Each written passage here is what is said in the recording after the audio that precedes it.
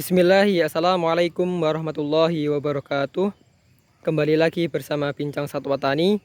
Semoga kita semua selalu mendapatkan rahmat, kebaikan, keberkahan, dan perlindungan dari Allah Subhanahu wa Ta'ala. Pada kesempatan kali ini, saya akan memberikan informasi terkait kelebihan dan kekurangan dari kolam semi terpal.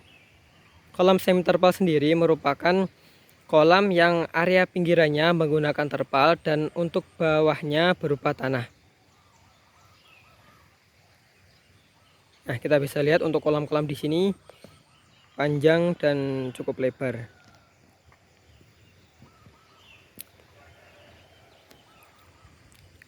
Untuk kelebihan dari kolam semi terpal ini, pertama dari segi biaya pembuatan. Dari segi biaya pembuatan kolam semi terpal cenderung lebih murah karena kita hanya memerlukan terpal untuk area pinggirannya.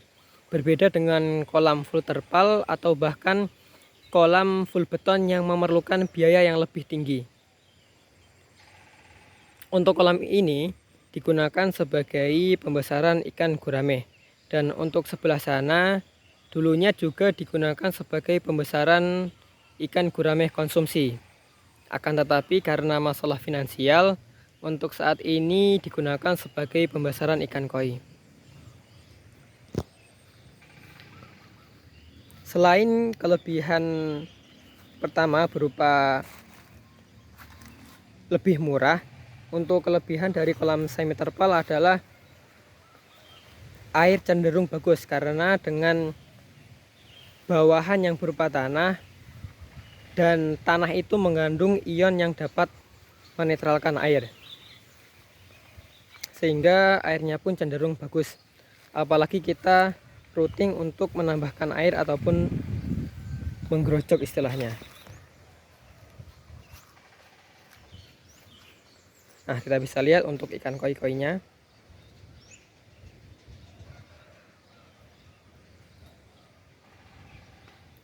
Untuk ikan koi di sini prospek dalam jangka 6 bulan panen. Jadi awal mulanya membeli bibit, kemudian setelah berukuran sekitar 5-7 cm diseleksi, dan dalam jangka beberapa bulan setelahnya pun diseleksi untuk memilih ikan-ikan koi yang bagus untuk dibesarkan sampai masa panen. Nah, selain kelebihan tadi, untuk kolam semi terpal itu dalam segi perkembangan ikan lebih bagus karena kaya akan nutrisi. Dan berdasarkan pengalaman saya yang menggunakan kolam semi terpal untuk budidaya ikan gurame itu juga bagus. Dan ikan-ikan cenderung cepat besar dan perkembangannya baik. Akan tetapi di balik itu semua juga terdapat beberapa kekurangan dari kolam semi terpal. Yakni pertama, ketika setelah masa panen akan sulit untuk membersihkan kolam semi terpal, yang mana untuk area bawah dari kotoran dan tanah itu bercampur sehingga susah untuk dibersihkan hingga total, ataupun untuk kotoran itu susah dibersihkan 100% karena memang bercampur dengan tanah. Nah, kekurangan yang lain adalah ketika musim hujan.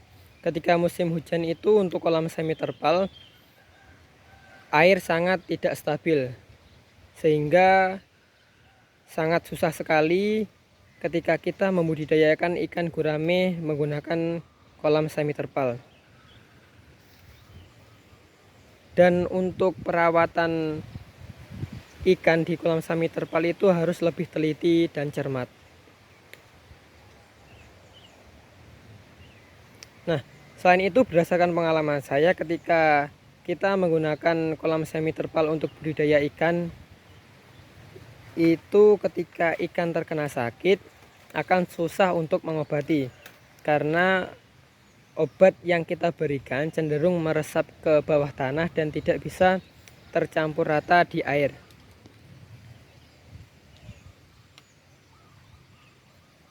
Kita bisa lihat untuk kolam-kolamnya, dan di sana ada pompa air. Kalau menurut saya, kolam semi terpal ini baik digunakan untuk budidaya ikan koi. Karena ketika menggunakan kolam semi terpal dengan pemberian grojokan ataupun tambahan air yang cukup, air cenderung bisa jernih dan tetap bagus. Berbeda dengan ketika kita membudidayakan ikan gurame di kolam semi terpal. Ketika kita sering menggerojok ataupun lebih over, air cenderung bening dan ikan gurame akan mudah terkena penyakit keropok. Karena memang berdasarkan pengalaman saya, memang sangat sulit sekali untuk menstabilkan air kolam semi.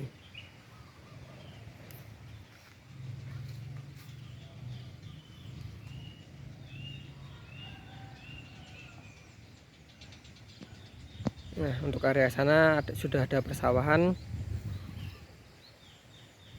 dan daerah saya memang banyak sekali pembudidaya ikan, terutama pembesaran ikan gurame konsumsi. Dan kemarin saya membuat video tentang ikan gurame saya yang terkena penyakit jamur, dan itu merupakan salah satu kekurangan dari kolam semi terpal, yakni saya sudah berupaya untuk memberikan pengobatan untuk menstabilkan air, tapi memang lumayan susah untuk kolam semi terpal sendiri. Berbeda dengan kolam full terpal atau bahkan kolam beton, yang ketika kita memberikan obat itu cenderung lebih bisa merata. Nah, sekian untuk video kali ini, semoga bermanfaat dan membantu. Jika ada kurang lebihnya, mohon maaf yang sebesar-besarnya. Terima kasih. Wassalamualaikum warahmatullahi wabarakatuh.